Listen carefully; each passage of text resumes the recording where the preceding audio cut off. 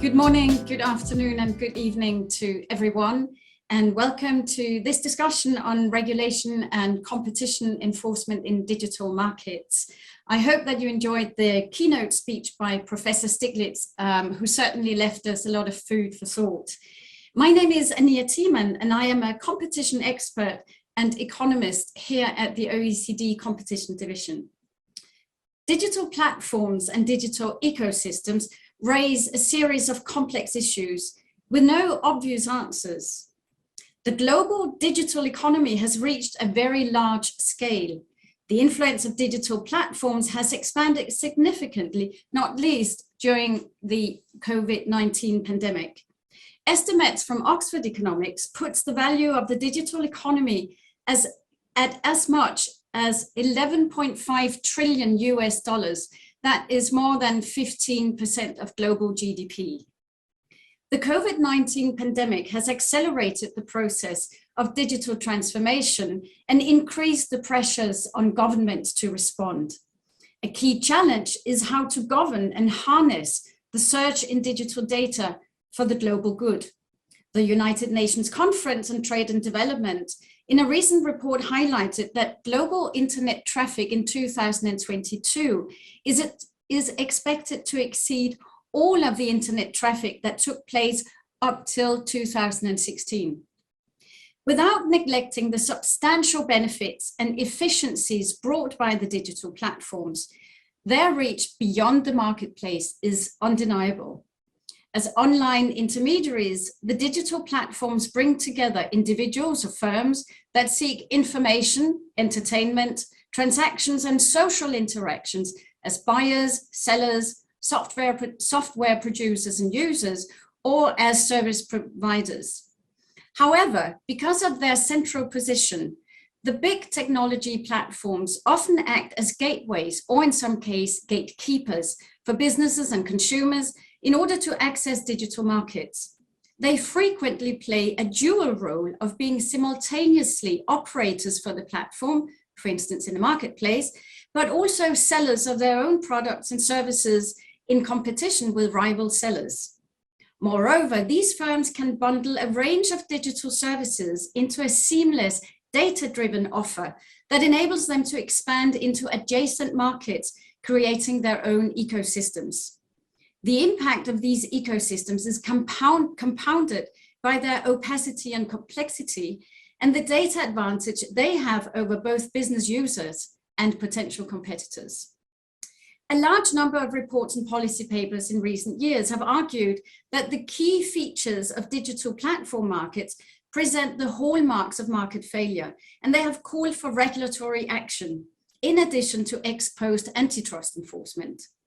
These reports note that the digital platforms have become increasingly powerful in their respective domains, and that they raise additional issues and risks related to data privacy and protection, politics, control of the media, and even the democratic process itself.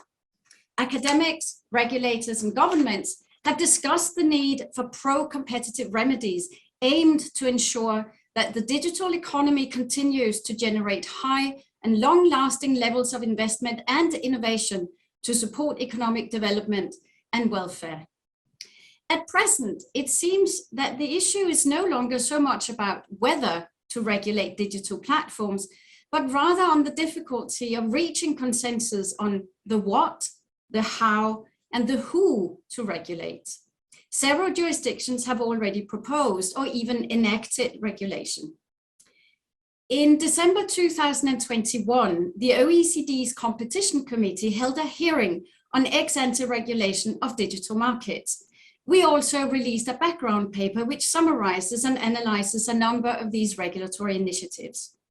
This session aims to take a deep dive into the issue of how to best ensure that digital markets, and in particular digital platforms, remain competitive so that they continue to deliver not only innovative solutions, but also consumer welfare, including consumer protection, whether that is the right to privacy, the right to keep or use one's own data, or to be sure that an online bargain really is good value. Today's discussion is a part of a wider body of OECD work on digital competition issues, which is a long-standing work stream at the OECD. So before I introduce our panelists, I would just like to bring your attention to an exciting new OECD publication.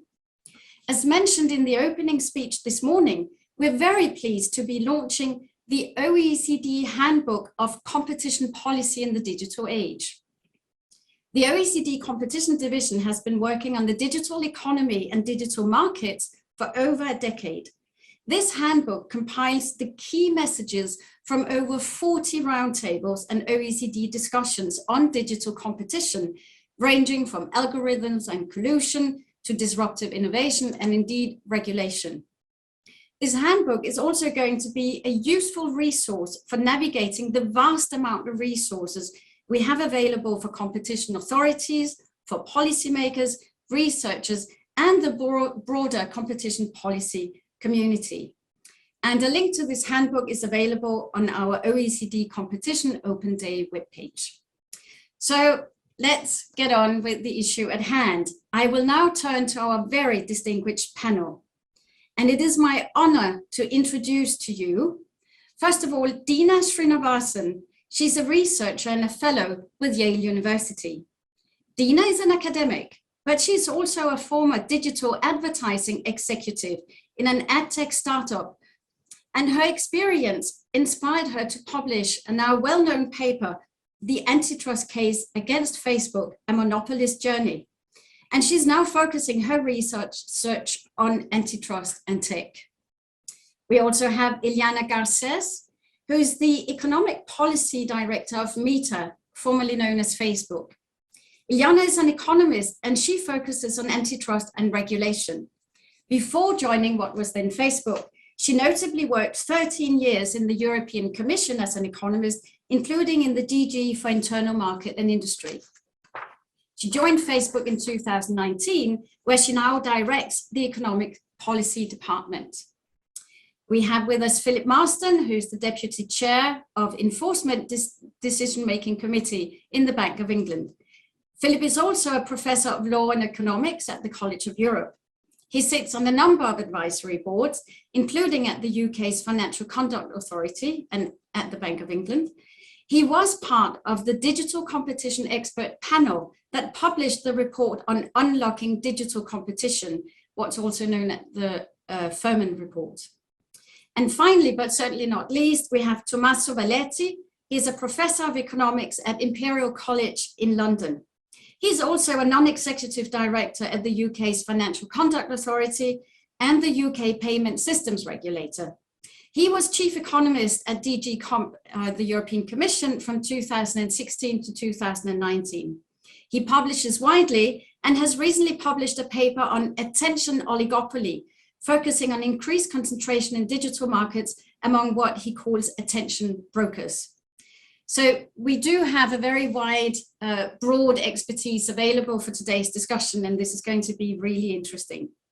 So as I mentioned, we have seen a rising number of jurisdictions that are enacting or proposing ex-ante regulation, specifically aimed at digital platforms or some aspects of the digital markets. They include Australia, the European Union, Germany, Italy, Japan, the United Kingdom, and the United States, amongst others. And despite differences in jurisdictions, in approach and scope and aim, most of these initiatives spring from a common desire to tackle market power. Now, before handing the floor to Tommaso, I should like to mention a point that Eliana highlighted to me when we talked before this panel. She mentions that it's unclear that we already have the right framework to fully understand competition in digital markets. She mentions that ex-ante regulations proposals are built on what she sees as a very deterministic view of digital markets that lead to presumptions of bad outcomes as soon as some platforms reach a certain size. She mentions that a closer look at market realities may call for more nuance about the economic dynamics at play. She mentions the event as the impact of TikTok on Meta, or the rapid growth in the relevance of Amazon search ads, and they raise questions about market definitions or potential entry. So Tommaso, I think this is a nice transition into your part. So to respond to some of these concerns raised by Eliana, first of all, are we right to be concerned about market power of the platforms? And do we need a different digital framework to deal with them? Please, Tommaso. Thank you, Ania. Thank you very much to the OECD for organizing this competition day and for having us on the panel. So my answers are going to be in the affirmative to both your questions, but let me start by saying perhaps what this conversation is not about. So this conversation is not on whether digital platforms have created value. This conversation is not whether the world would be a better place without them. This conversation is about regulating them going forward. So to see whether starting from the current place, the status quo, can we get into a better place for society? So this is what the conversation is about. So I will start by saying that the focus of the conversation, the current focus, in a very small number of the largest platforms, and this approach, I think, is very sensible, pragmatic, and inevitable, given what we have observed in the past 10 years. It's not awkward at all to define this group based on scale, on size, because this is related to the scale of possible consumer detriment. So that's, and ultimately we learned that size matters a lot. So why are we here today in 2022? We are here because of under-enforcement, and we had under-enforcement for two main reasons, two main failures. One has been a market failure. I will elaborate on it. So the market has failed, and enforcement, specifically antitrust enforcement, has failed. So these are the two main failures that I see. So we're not here because of abstract presumptions, actually. There are thousands of pages which have been written. You mentioned some of the reports, but cases have been run. So it's just a matter of reading them, and you find a lot of useful information, and they're all pointing in the same direction. So my first point is, why have the market failed? The market has failed because this is something that actually, if you think in economic terms, it could be anticipated. These are markets which are characterized by some economic characteristics, such as externalities, very strong externalities. Some are positive. Obviously, you want to be connected with a lot of people. The more we search, the better the result gets. But there are also negative externalities. So negative externalities, some people release information, and this information is statistically related to my profile and might have very different privacy preferences compared to them. So there is a negative externality, and there is also some addictive elements of these platforms which have to be considered. That's another negative externality. So there are externalities. There are switching costs which are created in various ways, including bundling. There is, and we learned via running cases, there is a lot of behavioral biases. So we are very far away from rational choices as we describe them in some simplistic economic textbook. Defaults matter a lot. Psychological elements matter a lot. Some business models also are themselves built on exploiting externalities, in particular, the business models which are related to advertising. So the platforms want to create ecosystems where users stay online inside their own ecosystem as long as possible, in order then to extract the right signal when the right time comes to send an ad which can possibly be converted into a purchase. This is called engagement by the experts in the industry, but some of the people call it also addictive. And this is something to be considered. There's actually research coming from Stanford and Microsoft, actually, which shows that about 1/3 of the time spent on Facebook is time that people regret having spent on it, but they cannot just control. So this is, and if you take all of this together, these characteristics from the demand side and from the supply side, you have market characteristics that are telling us that the market doesn't work. So this is not a market where you would expect the workings of the invisible hand to be actually going in the right direction. So, and when you have this kind of externalities and situation, this is where good regulation is actually warranted. We know that markets don't deliver well on externalities in any sense. So another aspect from the economics point of view that has to be clarified is that some economists have said that in principle, this is well understood, but at some stage there is a dynamic aspect of competition for the market that should fix things. So the market will self-regulate itself, but there is actually no empirical basis for this because competition for the market, at least we might have seen it at the beginning. So I'm talking about the early days, mid-90s, early 2000s, but we haven't seen it in the past 10,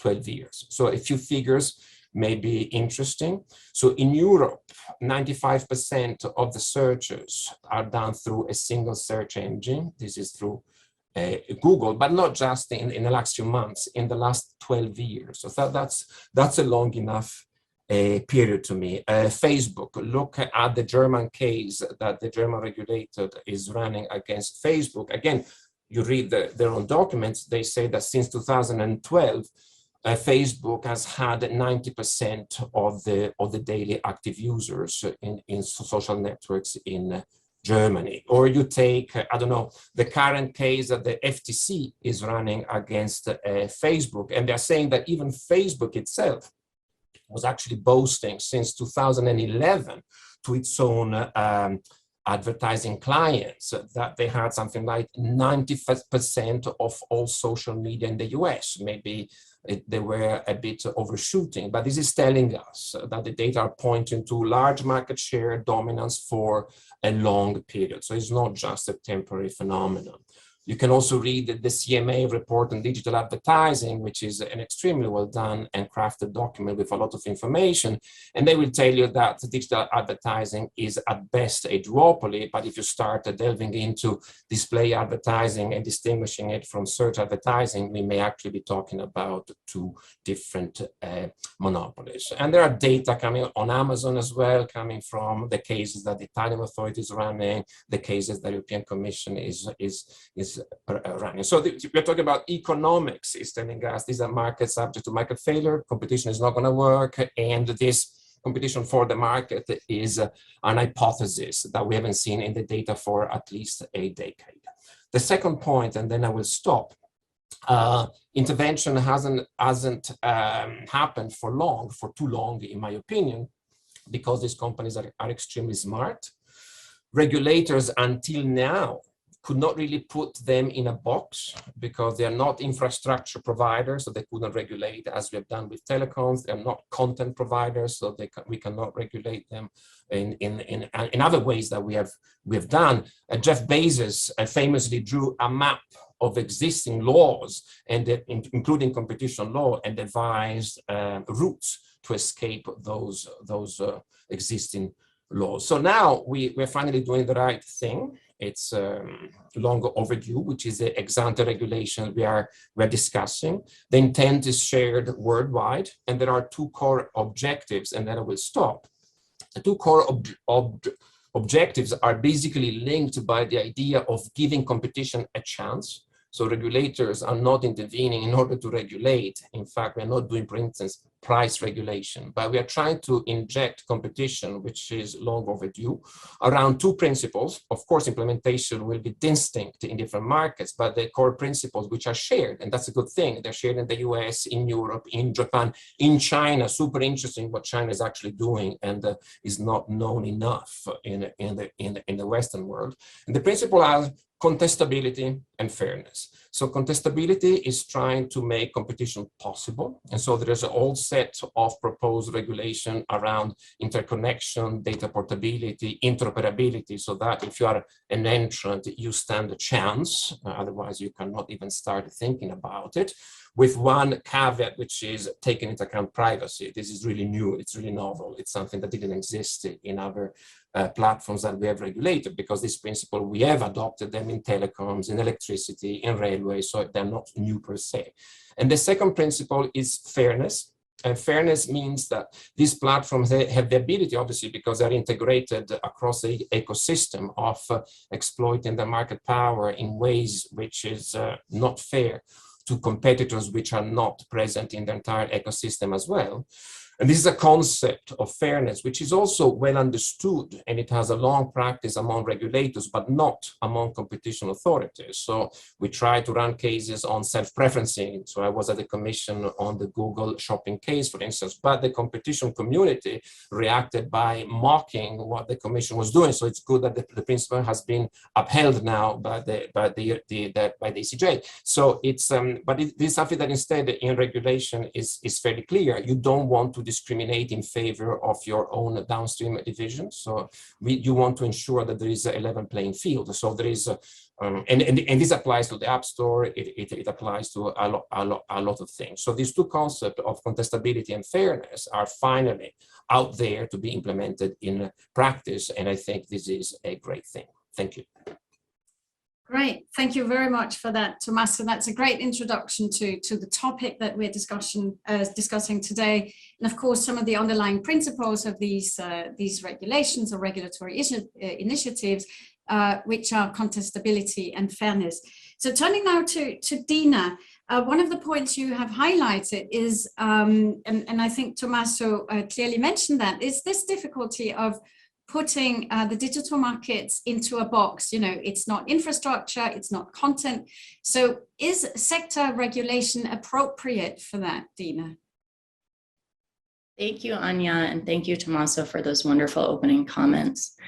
You know, I think it's very convenient that the largest companies that are facing regulation today would like everyone to believe that they are different, you know, and so unique and new that we've never seen anything like it before, and therefore we must be very careful and we don't have any tools to regulate them correctly.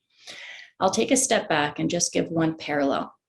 So, you know, things can get confusing pretty quickly when we talk about quote unquote digital platforms or digital markets, because we're not quite sure what we're talking about.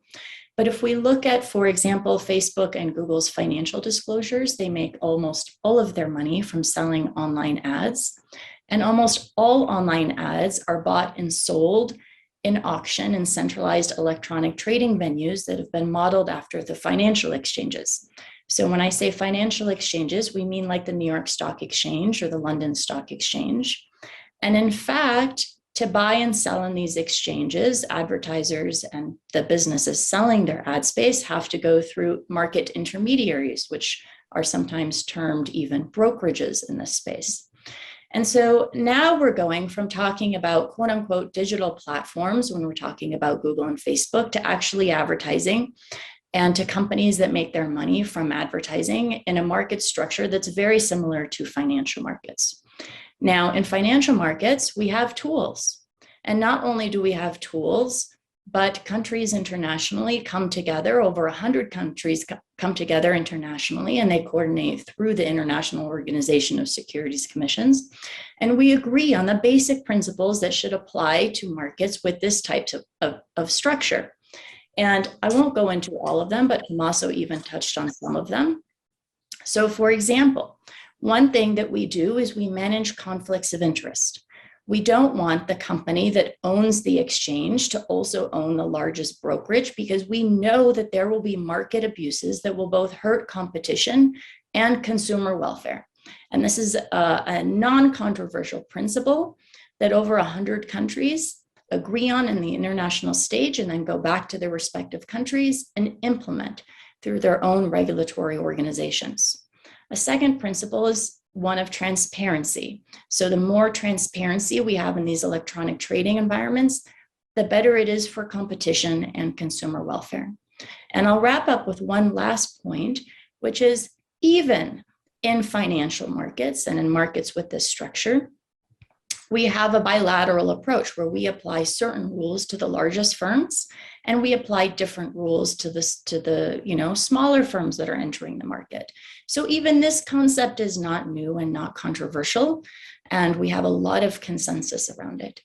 And one really interesting thing with this parallel is that we are taking this regulatory framework now, and countries are taking this regulatory framework and applying it to new markets. For example, the new crypto exchanges, the exchanges that are, and market intermediaries that are trading cryptocurrencies and other crypto assets. So I hope that we can at least look at some of these problems through some more traditional frameworks and bring some clarity to what may look like something new and different, and something that we've never seen before, but really it's not. Okay, that was actually quite interesting to draw up these parallels and to remind ourselves that in a way, I suppose, as Tommaso also said, that competition in itself is not new, and the principles that we bring to bear in other types of markets can possibly also be justified in digital markets. So moving on from here to talking about some of the reasons why regulation has not yet been enforced and why there has been some hesitancy in order to start making new regulation, is this discussion about whether regulation actually stifles innovation. And do we fully understand competition in digital markets sufficiently that we can regulate it?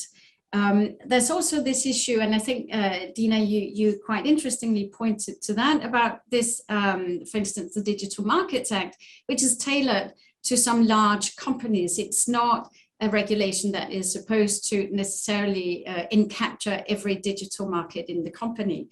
So is there an optimal form for regulation of digital markets, and should we be concerned that the regulation seems to target some firms over others?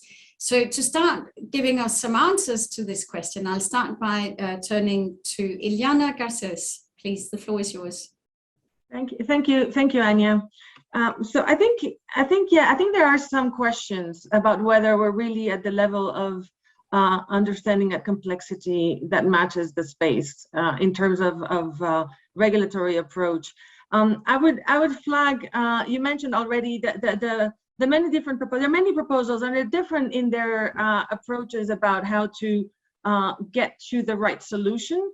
But they generally share a common framework that is both a bit simplistic and very reliant on presumptions, and those presumptions are normally rooted in this idea that once you reach a certain size, certain things are set in motion that lead to a market position that gives you the ability and the incentive to incur in bad behavior. So that's not to say that bad behavior doesn't happen. That's not the argument. This is a space like any other.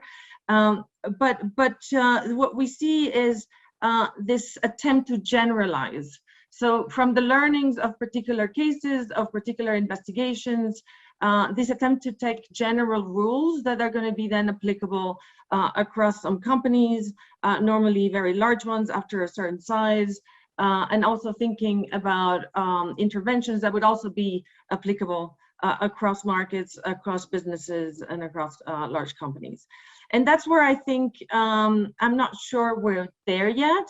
I think a lot of the mechanisms that are highlighted are not that simple. A lot of the market is not really as described. The nature of competition is also not as described by those frameworks. And that's where I fear that we're going too fast, too deep, too early. There's another issue that I think is also happening. It's a conflation of problems. So when we talk about the harms, the perceived harms of platforms, everything is bundled together, and a lot of problems that are mentioned, and Tommaso made the list. Some of them clearly are not related to the size of the companies. They're related to our inability still to master the implications of a technology or understand them properly. But the issues of addiction, issues of privacy, issues of the default, those are not issues that are related to the size. Those are issues related to how the markets may be designed. And I'm not saying that don't merit scrutiny and intervention. It's just that those are not competition problems. And so I think there's this tendency to lump everything together, which also doesn't help for a clear, very structured analysis of the space. So I'm just going to point to three elements that I think are important to keep in mind.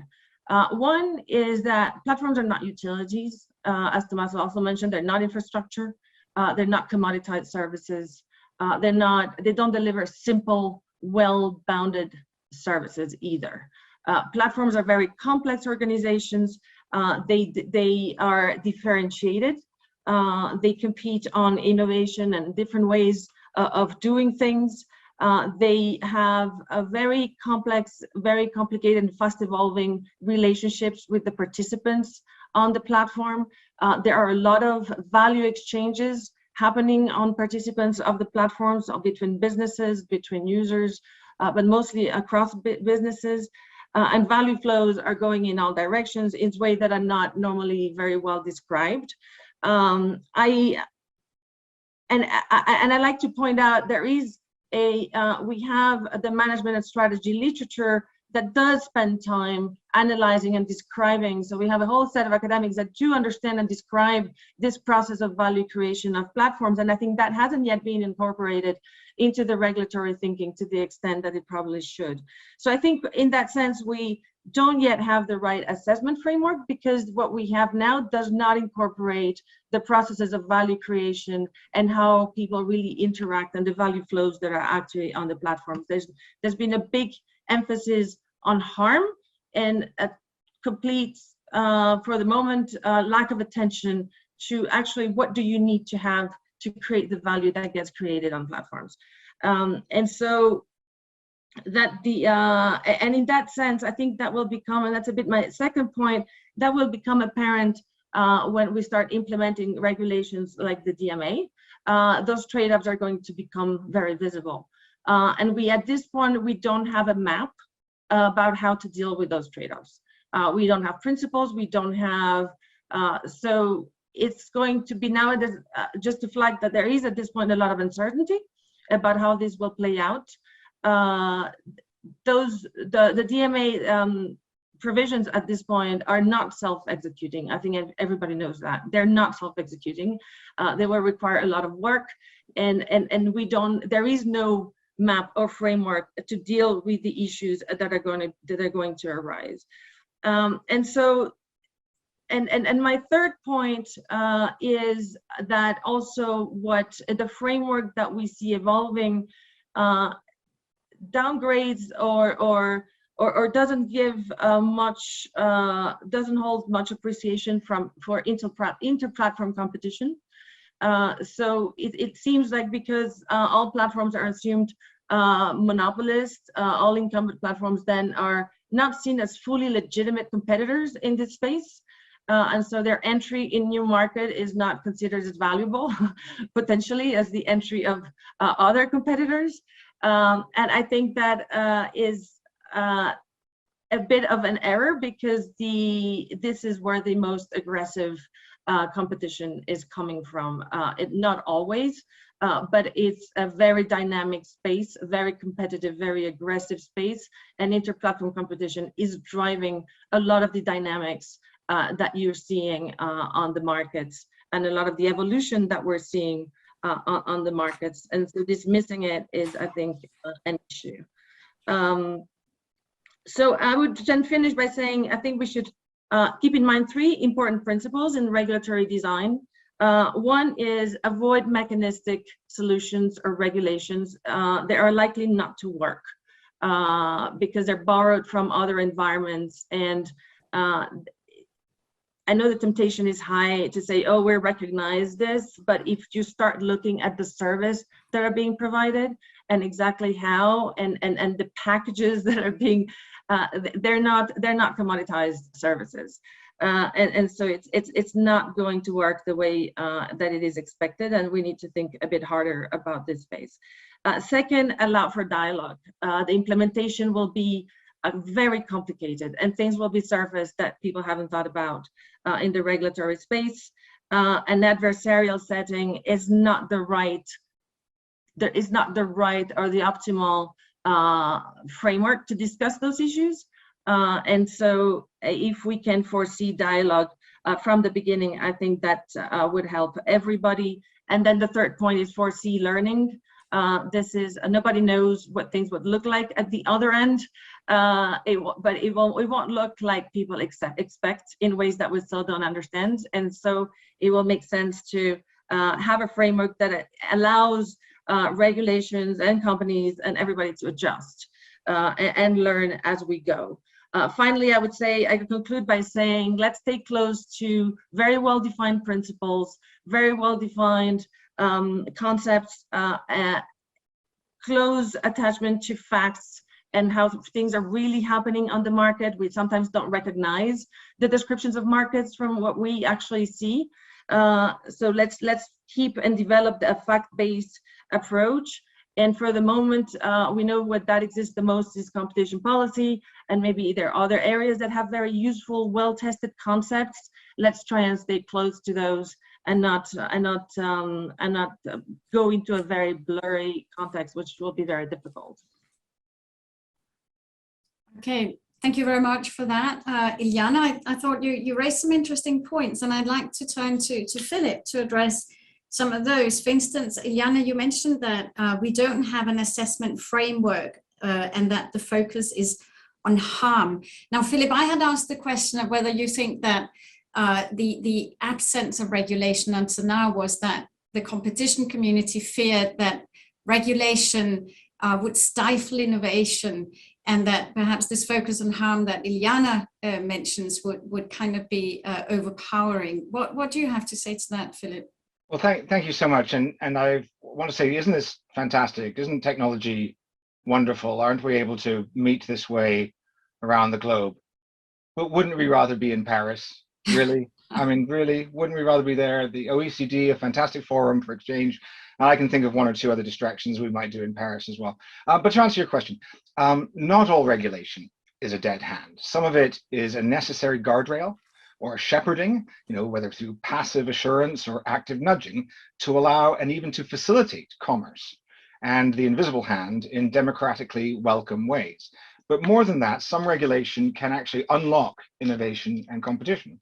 So those who know me, I'm going to say this next: open banking. All right, open banking, for example, in the UK came about from a competition investigation that I was involved with at the CMA, which produced ex-ante pro-competitive regulation.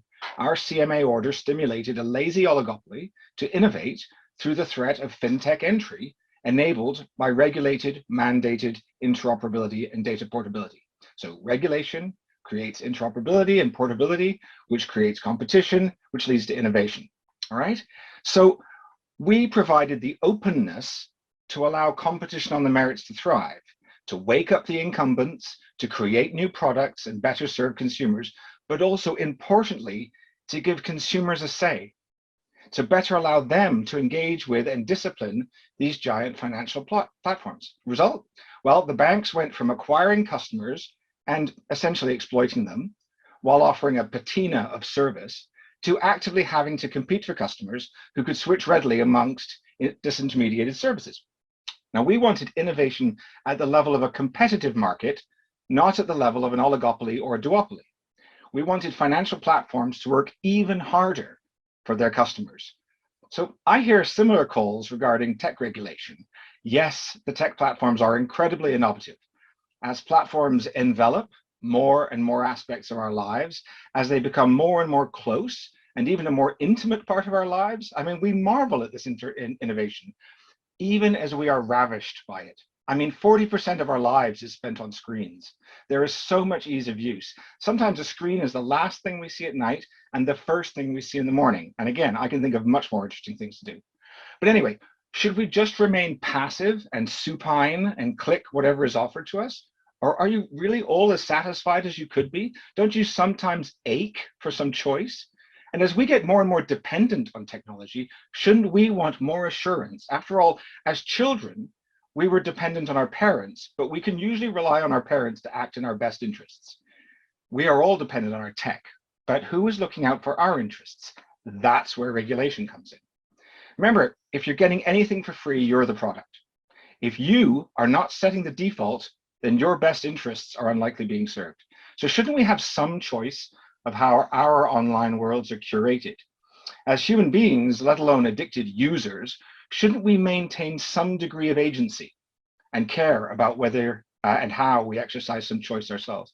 So I think we should work harder to ensure that the relationship between big tech and us is one based on reciprocity rather than dependence. And to help us get that, we need more rules and guardrails.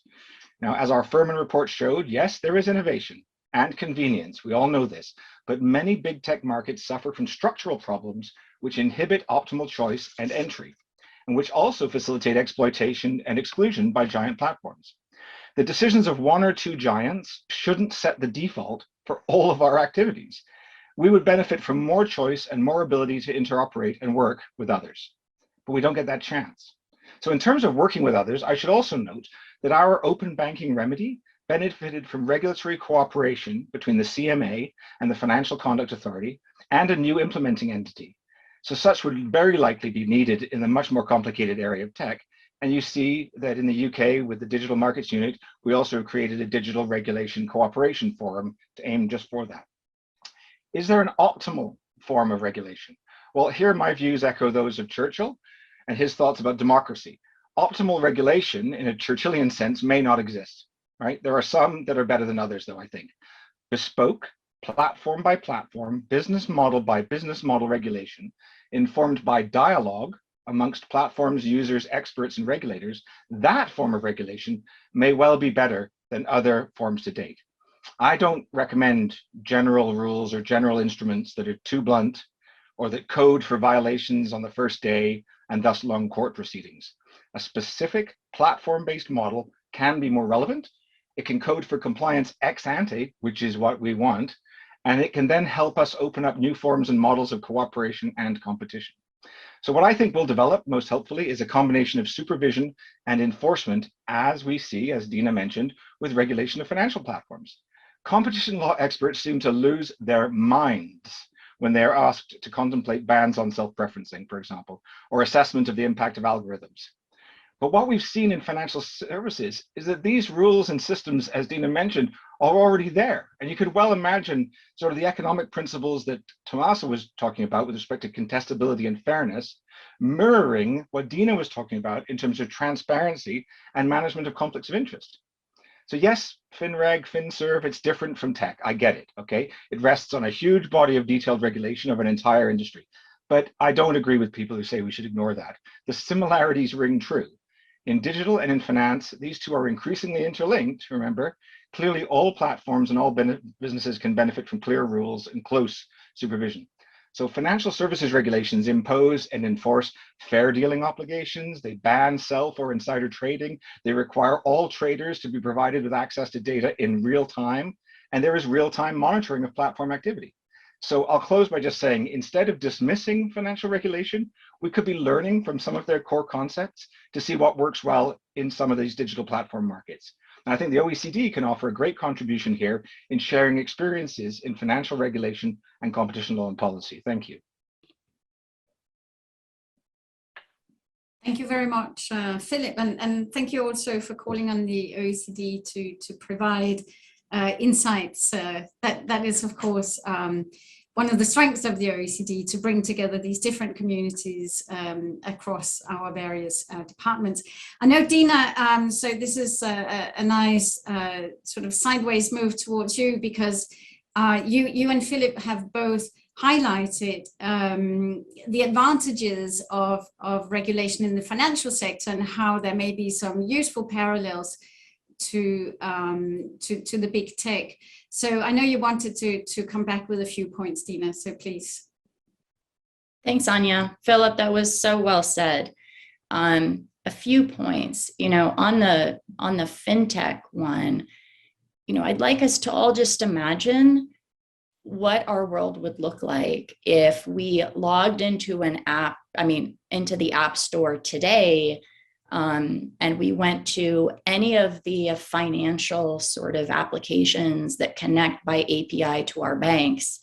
And we lived in a world where we could not do that because of the lack of interoperability and because of privacy concerns. If anywhere, we can imagine in that sector, how privacy concerns enabling a startup app with a few $1 million in funding to connect to your bank via an open API, like that's crazy, right? But that happens, and we've solved and addressed those types of insurmountable privacy problems in that sector. So now to be working, in social network markets or in search markets and to say, oh my goodness, privacy is so impossible to solve, I think that's a far stretch given our history of regulation in much more sensitive markets. I thought Eliana's comments were very interesting, and I just wanted to tie two other points back to other conversations. Tommaso made a point about deception or UI and UX issues, which is basically, are we making clear, rational choices, or are we nudged in certain directions? And Eliana commented that this is not really a competition issue, and we're lumping things together. On this note, I thought I would just point out that in the United States today, we have antitrust enforcement against Facebook for illegally monopolizing the social network market, for precisely using deception as a mechanism to get consumers to consent and to come and to tip the market into its lap. And now the question that is on the table is whether this was a form of illegal monopolization of the social network market by Facebook. The last thing I would point out, because Eliana commented that these things are complex and new and stuff like that, I would point out one other concrete thing that is happening. And here the OECD has taken a leadership role around the world in defining bid rigging and practices of bid rigging across the world, that we have two platforms, Facebook and Google, that in the United States today, from an antitrust enforcement perspective, are being prosecuted or looked into for bid rigging in what are today's largest auction markets. So again, just to take some of the conversation that's a little bit more up here and just kind of down here to some practical things that are happening on the ground today. Thanks, Eliana, and thank you, Ania. That's okay. Thank you very much, Dina. I think we will take a short pause here and take some questions from the floor because they have a bearing on this first part of the conversation. And I think that this first question is probably first for Eliana, and then whoever wants to reply afterwards. So it's from Christina Barbov, and she asks, does the fact that the DMA identifies contestability and fairness jointly as two goals, without being clear that they are quite separate concepts, make the implementation of Articles 5 and Article 6 more difficult to apply in practice? I.e., which of these two aims is each of the blacklisted and grey-listed conducts looking to achieve? So Eliana, because you talked about the necessity of having clear definitions, and then perhaps Tommaso afterwards, because you talked about contestability and fairness. So Eliana first, please. Yes, no, those are good points. I mean, if you say contestability and fairness, who would object to that? I mean, we all want contestability and fairness as in a market. The problem is that we don't really know what they mean all the time. So contestability, I think we understand better. Is the opportunity or the possibility of entry and growth by other firms. There, my point is, I think the issues there arise more into an understanding of what is, are there acceptable entries and not acceptable entries, or what is the kind of entry, or who is an entrant? But I think that is a fairly legitimate debate. And so there, my call would be not to jump into conclusions, but it's something we can tackle. We know how to do or how to talk about contestability. I think fairness is a lot more complicated because we don't know what that means. Fairness is a bit in the eye of the beholder. We know many businesses are unhappy with the terms that they have on platforms, not because they don't get value out of it, because they think they should be getting more value. We know some people want monetary payments. We know, and there is where I think it's unclear. I mean, at this point, we don't know how regulators will think about fairness beyond the fact that if people complain loudly, there's a presumption that it's being treated unfairly. And so that's where I think we need a better framework. That's where I think many of the provisions are not self-executable. And the discussions may not be easy, and we see that already in the discussion among stakeholders, between stakeholders and tech, where we haven't reached a stable point yet. And so there, yes, I think there the framework is not sufficient, is not well thought out yet for the type of intervention that is being planned. And so we will see, I think, a bit of turmoil until that settles. I think it just needs, I think it needs more work. I think it needs regulators to be able to detach from a framework they've been pushing for many, many years in order to achieve consensus that regulation was needed. And so there was this tactic of having let's have some very simple messages that everybody's going to abide to.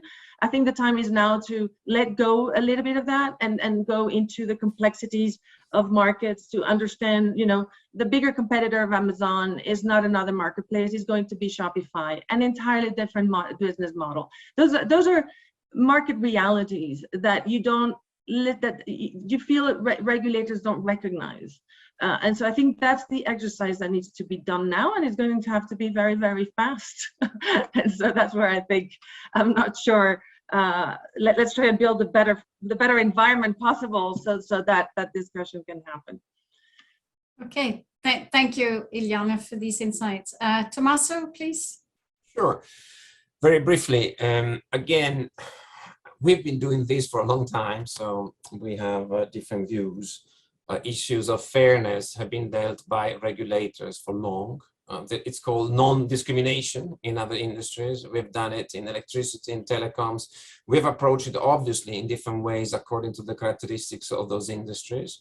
To make a few cases of the current unfair practices, if you're Apple and you are supplying Apple Music, you cannot charge a 30% tax to Spotify and at the same time not impute yourself the same tax, because obviously that's unfair. If you're Google and you're providing your own shopping services, you cannot just demote your rivals if you are also present in that market, as they did in the shopping case using something called the Panda filter. These are clearly blatant cases, and so I don't think that unfairness is in the eye of the beholder. This is very things that you can actually prove. Sometimes you will need access to the algorithms, of course, and regulators will have the ability to do that. But these are well ingrained concepts in the practice of regulation. So there was another question in the chat: why has antitrust failed? Because antitrust authorities and competition lawyers don't think in those terms, but regulators do. So we can do that, but of course we have to start doing it. Instead, we are still debating on panels. Let's wait another 5 years until everything. This is a worst case scenario. This is a worst case scenario because that means that the market reality, I'm sorry, Eliana, is not what the future will be, is that we have experienced 10 years of unchallenged monopolies in core sectors of the digital economy. This is the current market reality. Do we want to keep debate? No, we will have to start practicing regulation, using good resources, endowing regulators with good resources, so that we will put this into practice. Because of the nature of many of these industries, we cannot wait any longer.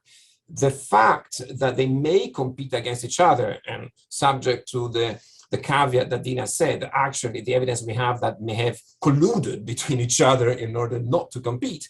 But even to me, intellectually, the prospect that the best future for society is to allow 4 or 5 companies whose market capitalization is now $10 trillion and still maybe it's still going to be 10 years from now the same 4 or 5 companies, it's not a prospect that I'm very happy about. I mean, I would hope that society has more resources and innovation and ideas, and we need to create a framework such that those resources, innovation, and ideas can emerge at the country level in different areas. So I don't think that monopolies are actually good for the introduction of new ideas. This is actually Kenneth Arrow, Nobel Prize winner a long time ago. So monopolies policies are not good. They're good for recreating those conditions and extract money, but they're not good for society and bringing good innovation to society. So we have to abandon that idea.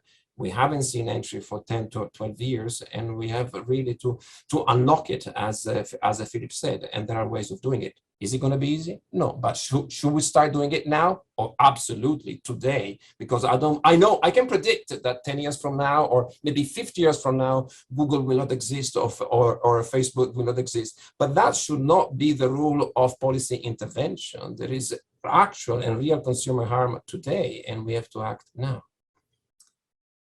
Okay.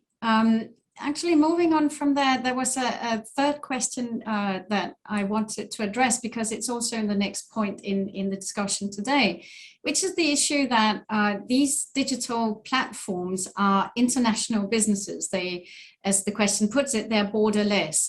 But the regulations that we're looking at are national, typically in scope and aim. So what is the solution? Is it feasible, desirable, or even possible to think of some form of global regulation that would apply to digital platforms? So Philip, you mentioned how in the UK, with the creation of the Digital Markets Unit, you're also creating fora where different regulators cooperate together. So starting with Philip, and then to hear from the business perspective, what is the view on global regulation, and then Tommaso on this. Please, Philip first. Okay, so despite the fact that about 20 years ago, I wrote a book called A Competition Policy for the WTO, let me row back a little bit and say, do not pursue global regulation in this area if you want it to have teeth. Okay, if you wanted to have some nice apple pie words, fairness, contestability, blah, blah, blah, fine. Instead, you should be, you won't get anything at all out of the WTO or any kind of global forum, other than perhaps some learning, some exchanging of views of what we care about, But anybody who says, oh, we have the GATS, we have telecom services, therefore we can do the digital at WTO, is really, they're either in the pocket of the large platforms and are doing a delaying tactic, or they just have no idea how binding rules work. Binding rules work nationally and regionally, and they have to have teeth. And what we've been proposing so far is not necessarily like a global rule against Amazon's activities or something like that. In some markets, Amazon might be not even a real player. Like that. In other markets, it might be quite a dominant player. This bespoke regulation will inevitably be national or regional. And that leads to the obvious answer that therefore we need cooperation. And that should be enforcement-based cooperation. And as you'll know from things I've said before or written before, I'm not a big fan of us having some rules and then having a case and then having it sent off to Luxembourg or to the Supreme Court for 18 years. I'm a big fan of almost like an arbitral model, a quick decision-making model, which does give guidance, hopefully, as Eliana wants to, the terms about contestability and fairness and self-preferencing, give some guidance, give some transparency. These regulators who are going to take on this role also take on the responsibility to explain their actions, to explain their decisions. None of this no grounds for action decision and we won't publish our reasons nonsense. We have to give guidance to industry as we decide, but not 10 more years of studies and would the WTO be a right fit or the UN or whatever. No, and I think, frankly, as I've said before, the OECD is a very good forum for this kind of exchange, but it has to be learning by doing. So what do we learn from France's endeavors? What do we learn from Australia's endeavors already? What do we learn about the German cases, about the UK cases? What do we learn about these things that are developing along, and how can we sort of course correct as we go along? But I don't think there's any real time in real life benefit for pursuing some sort of global regulation in this regime. I understand the point, but I don't think that it would be effective, and I would much rather be learning by doing than waiting and seeing. That's quite interesting. But if you're trying to put yourself in the shoes of a large global business, and they are having to deal with 57 different jurisdictions with a different national rule. Eliana, what's your perspective on that?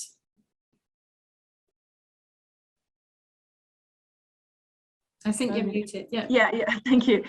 Yeah, no, clearly, I think all tech companies that operate globally would rather see a global framework for the reason that you build one product for the world, right? We're not building products for markets. Sometimes you have to tweak, but ideally those things get minimized. also because you want, you're looking for interactions across regions and countries, and so having a patchwork of very different rules is difficult. And so you have to start choosing what do you develop where do you develop and where do you don't develop some products, and you start having different jurisdictions with different accesses to different services, and that's definitely not optimal. Now I do see that a regulation, a global regulation, as Philip is saying, is difficult in the sense that you'd have I don't think all jurisdictions have the same perception of what the problems are or what the issues are. I don't think also that stakeholders who are driving a lot of this regulatory drive are similarly positioned in different jurisdictions. So the demands to regulators are different, and the weight of different very influential stakeholders is different across different legislations. And then the institutional settings are obviously not always the same.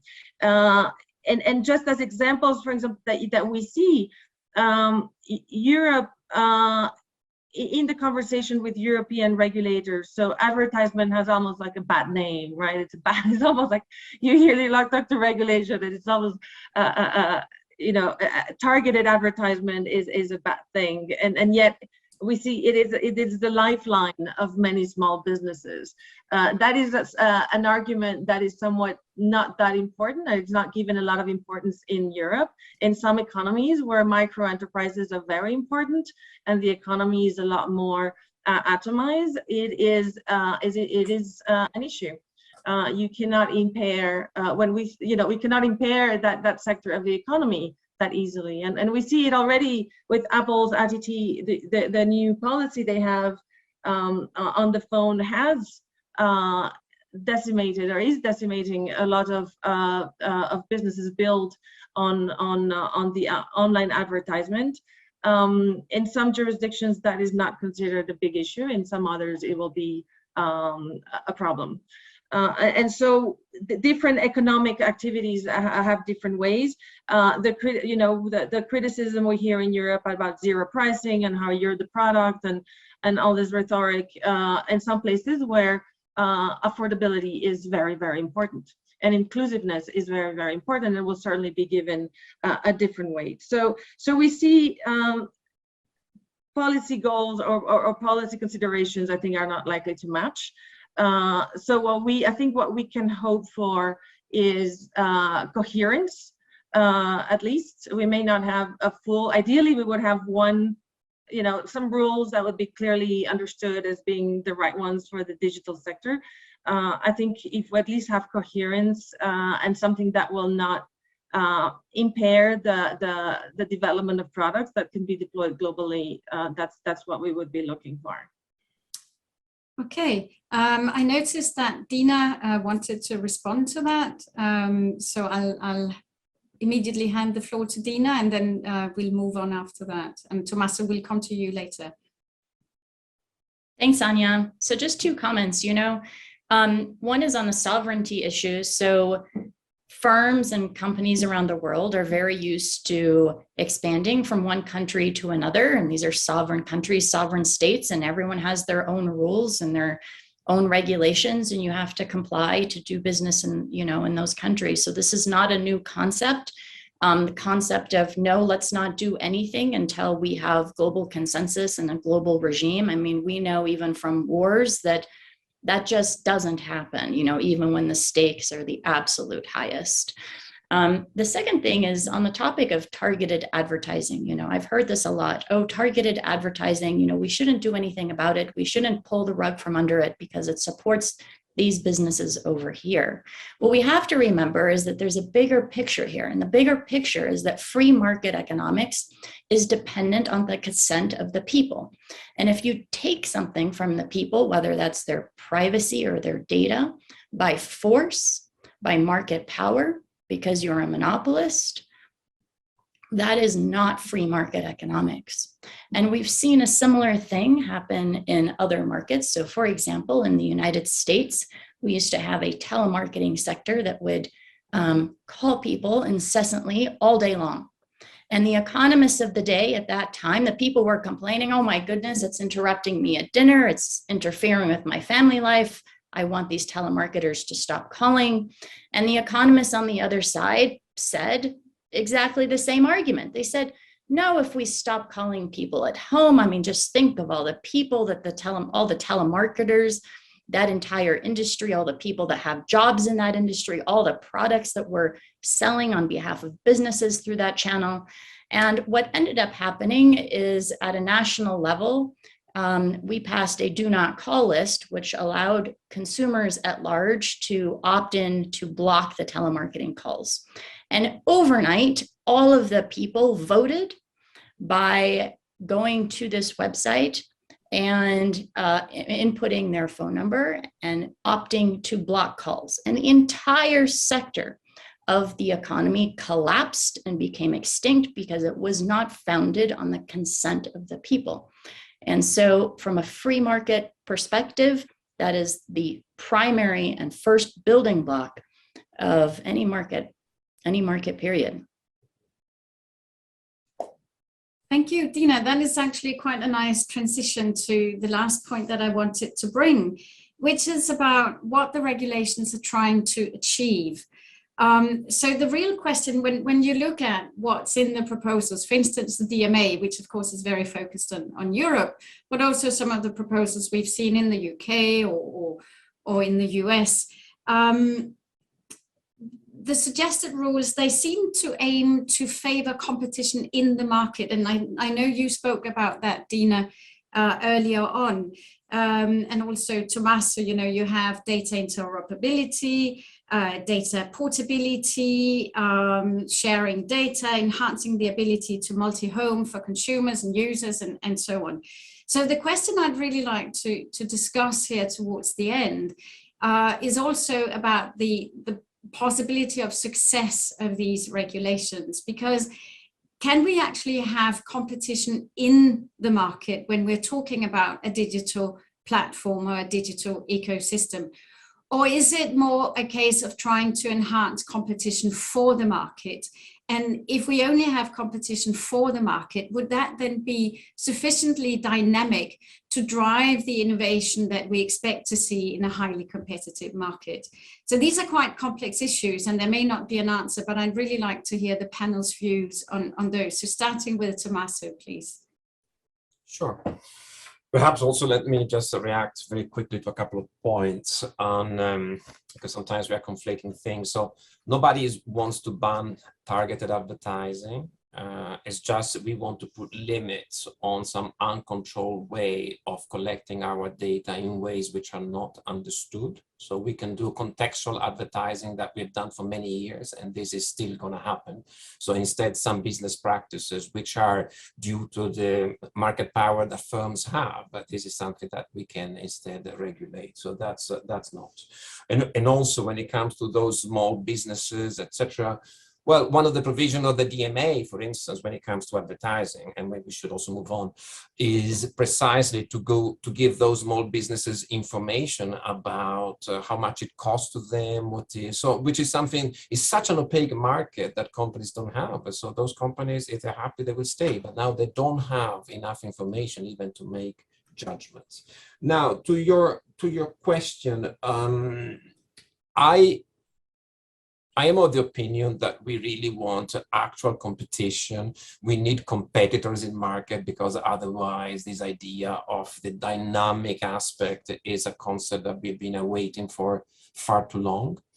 To give a couple of very practical, very simple ways of how this can happen. I mean, many of the people listening to us now know that, you know, last year there was a mix-up of WhatsApp, which announced some changes in the terms of usage. People misunderstood that perhaps encryption was going to end and WhatsApp would be reading through our from our messages. And people started saying, oh, we should do something. Let's download Signal. Let's download Telegram. And perhaps some of us actually did it. But then the real question is, how many of us have continued actually texting and sending messages on Signal and on Telegram? If you look at the top 10 firms in the messaging signal is not even there. Don't misunderstand. People downloading perhaps has happened, but people communicating. You need to convince all your friends, your mother, your parents, all your chats are lost, all your interactions are lost. Why? Because of lack of interoperability. In other industries, we've solved it. So if I want to change my mobile number, my cell phone number, it's not a super competitive industry, it's pretty oligopolistic. However, it's not difficult. I just change my SIM card. I keep all my contacts. I can contact, I am on Vodafone, you are on BT, you are another operator. It's possible to talk to you, etc. We don't need to be in the same net. So externalities exist, and but they are industry-wide. They don't accrue to a single player, which is the problem that we have experienced over and over again here. So we really need to have this approach, which is very pragmatic, very, and my views, and it was the previous question, but I think it's relevant here. Although I understand from a business perspective, it would be great to have a single common view about regulation worldwide, also because these companies are worldwide, but the opportunity cost of waiting now is far too big. But it's important, I think, whatever the institutional framework will be, the mindset and experience has to be those of a regulator. Preferably with a good, a focus on consumer welfare, okay? But it has to be that of consumer welfare. So, and also ready to have this long-term relationship with this handful of very dominant companies, but not that of a competition authority. So competition authorities, they have episodic, non-technical relations with companies. In a sense, I'm saying we really need more computer scientists, more engineers, more privacy experts to deal with that. That's what we need. And we need much less lawyers. We don't need the lawyers. Sorry for those listening to us. And even economists, given the way I've seen economics applied in practice, I've come to the conclusion that economics has not been very helpful at all in antitrust. If anything, it has pushed the bar backwards. And instead, I'm very excited to have a new conversation with people which really understand the technicalities. We all agree it's going to be very, very technical, but that's what we have to do, because it is possible to have more competition and more competitors. And I know that from a competition law angle, we shouldn't protect competitors, but the competitive process. But at the end, without competitors, what are we talking about? So we really need some alternatives. Okay, thank you for that. Philip? Thank you. Yes, I mean, I think we should just be taking an if you build it, they will come approach. I mean, what can interoperability and data portability and other pro-competitive interventions produce? If they're introduced, well, we've already seen what happens in banking. But if we allow competition to be possible, and now allow you to be able to transfer your social graph or allow extra services to interact with you where it is currently not possible or where it is severely inhibited, then those new products, whether they're interesting or not, will either thrive or not based on the competitive merits of that product offering, not whether or not they've got the thumbs up or the thumbs down from some coder somewhere or some commercial enterprise. And that thriving will probably be based, one hopes, on the demand side, on consumer usage, whether it's SMEs or business consumers or even us squishy humans. So I think that our approaches actually are kind of consumer welfare based. Anyway, by the way, I just also want to point out some straw men and some straw women about these issues. Some critics say that mandated interoperability will lead to reductions in innovation and security concerns. This has never been shown to be true, okay? And the interoperability we're talking about would always be within security parameters, right? Similarly, those fighting orders for permitting data portability with consent, they say there'll be privacy leaks. Quite the contrary. Any data portability rules that have been developed so far or are being considered in the future would always be developed in an integrated way with a relevant privacy regulator. So more importantly, the switching that such rules, such pro-competitive interventions would enable would foster entrants who have privacy probably as the model that they want, and those people who want that would switch to that model, one hopes. It's sticky, as Tommaso says, these markets are sticky, and there's a lazy demand side because of the ease and inconvenience, but at least you're trying to offer the choice, offer the equality of opportunity for entrants to come in and show their wares and see if it's good or not. And if they don't get any take up and no one goes to Signal or whatever after a certain period, fine, maybe they weren't good enough. They have to up their game. If a lot of people went to Signal, for example, then WhatsApp has to worry. So anyway, nobody wants a degraded experience. And as we already see with the open banking initiatives around the world now, not just the UK, tech intermediaries will arise to help smooth out any navigational hurdles that come about because suddenly we don't just rely on one or two companies to get everything, you know, and those navigational hurdles that will come about are going to come about because laziness is the root of all invention. If someone can make anything easier, they will likely gain a market. So people will see that there's a friction developing. Let's smooth it out and provide that remedy if we can.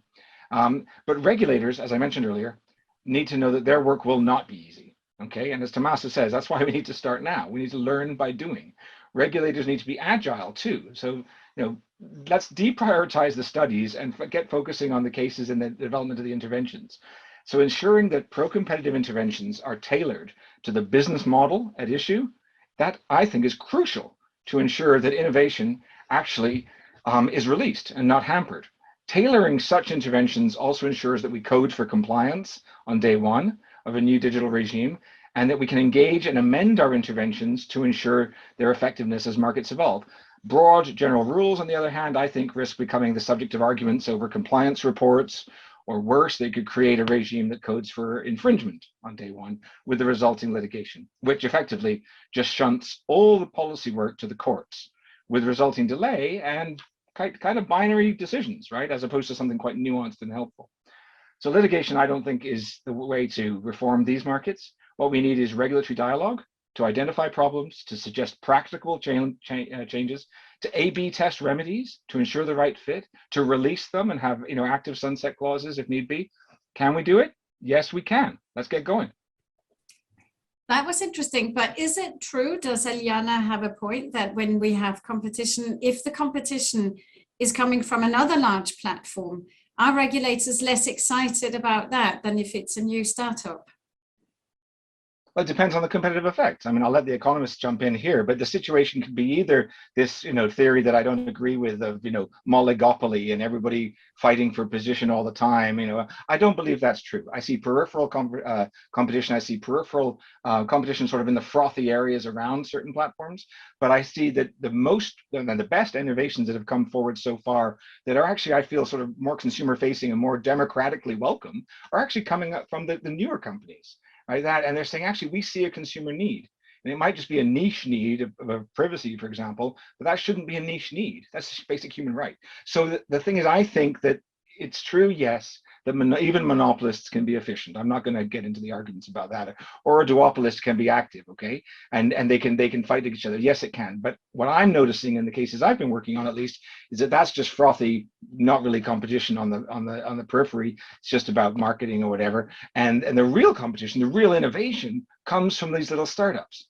Now, I'm not going to get into the acquisition of nascent competitors debate, but that's what I would like to see, you know, bubble up, and we get a chance to say, yes, I'd like that service, or no, I don't want it. I'll just go back and Netflix and chill, whatever. But I would like to have that option to say, yeah, I'd like to click on that and try that, please. And I appreciate that right now, at least, it's a very narrow triangle of interested consumers who are tech savvy like that. But actually the generation coming up, you know, they're pretty savvy and they're pretty impatient too. So I don't know where that pans out in terms of whether they all just agglomerate around a new company called, you know, the Circle or the Every. But I hope it comes about that we create a diversified economic ecosystem. And I think that we have it in our hands to help nudge that in the right directions through a degree of pro-competitive regulation. Okay. Ania, if I may also a point to consider on this question, whether competition, the oligopolies among the big or having new startups. I mean, enforcers should respond to their own constituencies as well. Okay? So if as a European citizen, I create a system that guarantees the survival of a European startup that until now, at best, has the only prospect of being bought by an existing American incumbent, that's fine. And similarly, if you're now in Brazil watching us, I think you should create an ecosystem, including regulation, which allow those Brazilian companies to survive, not just to create some super rich Brazilian individual that then disappears with the pack of money they make from Facebook Facebook or Google or whatever. So these are priorities which I think it's totally legitimate in the democratic process that regulators should have. So promoting this kind of thing is absolutely right. So it's not nationalism. It's just that in the welfare function of regulators, we should attach a bigger weight to our own constituencies. It applies to Asian countries, to African countries, to South American countries. We shall not just think that our future is dependent on the same 4 American companies and that's about it. That again, that's intellectually, it's not a prospect which I find it very useful. And even if you're American, perhaps you want other American companies to emerge instead of the usual ones.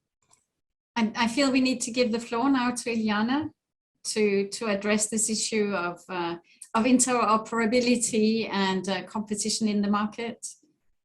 Yes, well, just to point out that there are many companies emerging in the US and actually places that have large companies tend to have a much more vibrant ecosystem of new companies that do grow and do become very meaningful.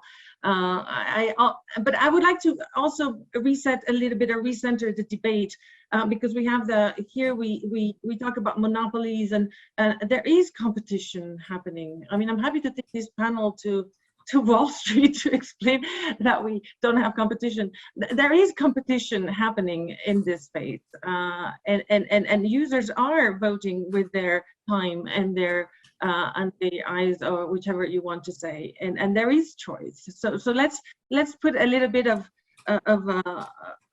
let's recenter this, because we're not in a world where people don't have a choice, and people are exercising that choice. I can certainly tell you that. Now, that said, I think, could we have more? Could we facilitate further entry? Maybe, yes. I think there are valid